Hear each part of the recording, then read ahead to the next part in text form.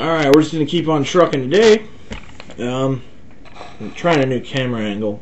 It's a webcam sitting on top of a stack of DVD-Rs on a table. So, I mean, I don't think I can get much of a better camera angle than this. One way or another, you're going to see up from there. So I just move you guys around a little bit. You're on a cord, so you won't go far. Excuse me. Oh, and for anyone who's asking, yes, this is facial hair.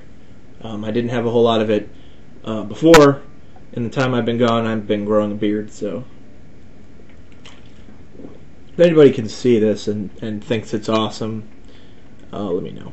I'd appreciate the feedback. But anyway, we're talking about evolution and creationism.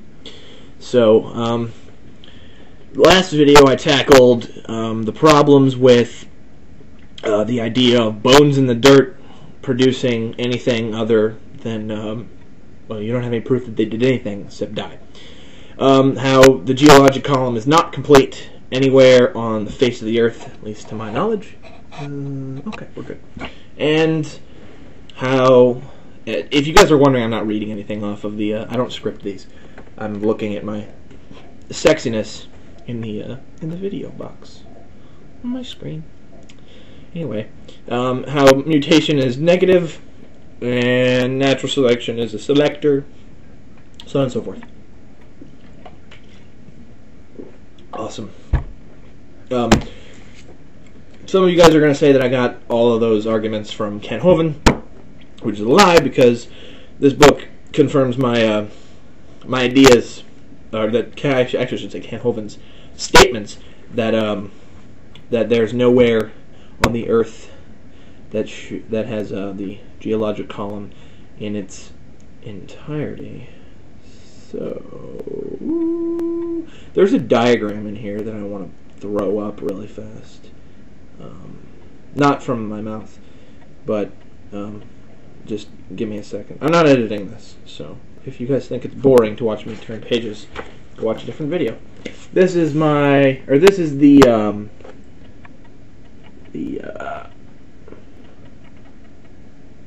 can't see over the book. Okay, this is the column thing when all the aminals came into existence. Milton provided it for me. It's got all the periods of time in it. It says when, you know, blah blah blah came into existence and blah blah blah. And humans is the smallest, so I guess we're not really that important. But anyway, this video is more dispelling creation myths than anything. This is myths from the evolutionists against creationists. First myth is that we are doing nothing but imposing in the God of the Gaps theory. That's wrong. That's wrong. I will admit that there are some people who impose God of the Gaps theory. I don't advocate that by any means. Just because you don't know how something works, saying that God did it is a really stupid way of saying it. Or coming up with, I don't even know what that last part of that sentence. It's a really stupid way of describing why the event came to be. So, because you don't know does not mean God did it. You're stupid. Thank you, atheists, for pointing that out. And don't ever let me do that. If I do it, I'm stupid. Point that out. What we're simply doing is we're saying that there is no known mechanism for the existence of life possible, aside from an all-powerful, omnipotent being. And in that respect, there's also significant evidence to show that because life spontaneously came into existence and did not evolve over millions and billions of years, that the Earth is in fact 10,000 to 6,000 years old, or somewhere to that effect, and that it is impossible for evolution to go through in that period of time anyway, that the only way that life could possibly have come about in that short period of time rapidly is if it were created by an intelligent designer, considering its complexity and the complexity of our universe.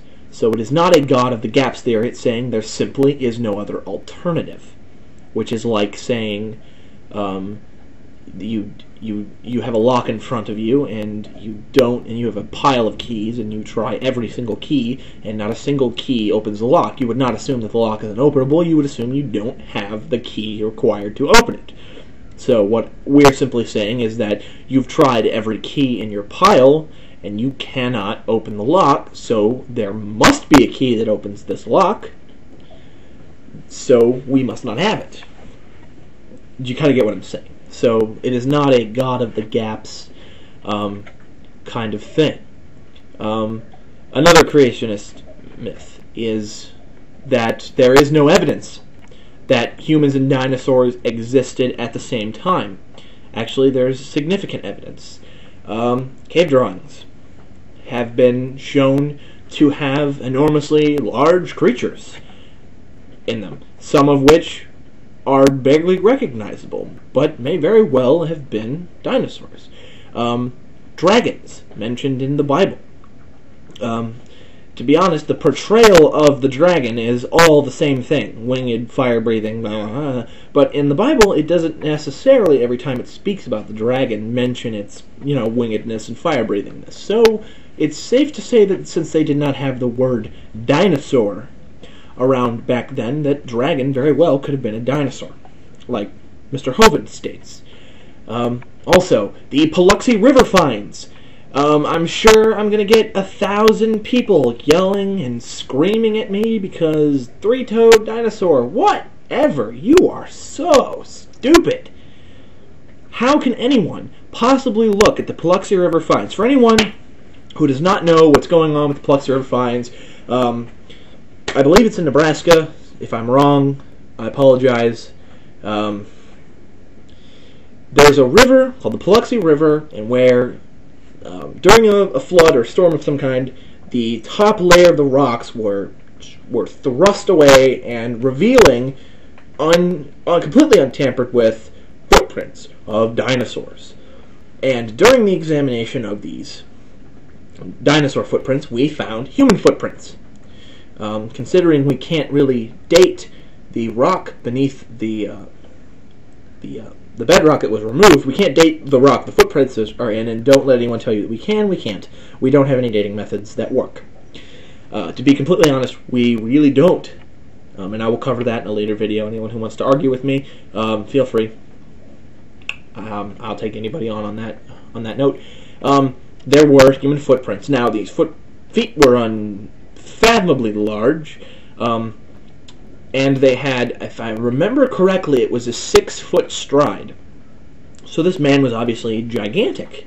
Now, we have been finding gigantic skeletons and other gigantic animals fossilized underneath the mud and dirt and whatnot. So, to be honest, and I will, in later videos, I apologize for not having it on this video, I'll probably post something on I'll probably put like a video later about like everything I say that I don't have immediate information about, my immediate references. I will post that all in one video, and you guys, I'll direct you to it. But probably make a video response to this. But anyway, the evidence is there. It's not super compelling to everyone. I find it compelling, and if I had all of my notes and all of my my references with me right now, I'd probably be doing a better job. But I'm simply saying that when people say that there's no evidence and they call you, crazy for, oh, I guess the Flintstones were real. Yeah, probably, actually. Still my tea. But yeah. So, that's my dispelling of creation myths, and this is probably my last video for today. So, in case I don't make another one, I'll see you guys later. Peace, and God bless.